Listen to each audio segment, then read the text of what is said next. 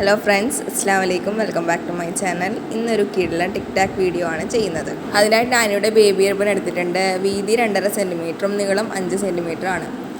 5 പീസാണ് എടുത്തിട്ടുള്ളത്. ആദ്യം തന്നെ ഈ 2 സൈഡിലും ഇതുപോലെ ചൂടാക്കി എടുക്കുക, ഒരു ലൈറ്റർ യൂസ് ചെയ്തിട്ട്.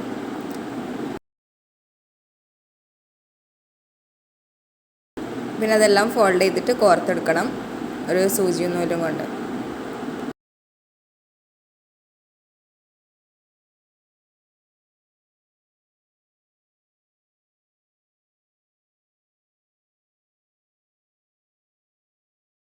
ഞാനിവിടെ എല്ലാം കോർത്ത് വെച്ചിട്ടുണ്ട്. ഈ 2 അറ്റത്തുള്ള നൂലും ഇതുപോലെ വീഡിയോയിൽ കാണിക്കുന്ന മാതിരി കെട്ടിട്ട് കൊടുക്കുക.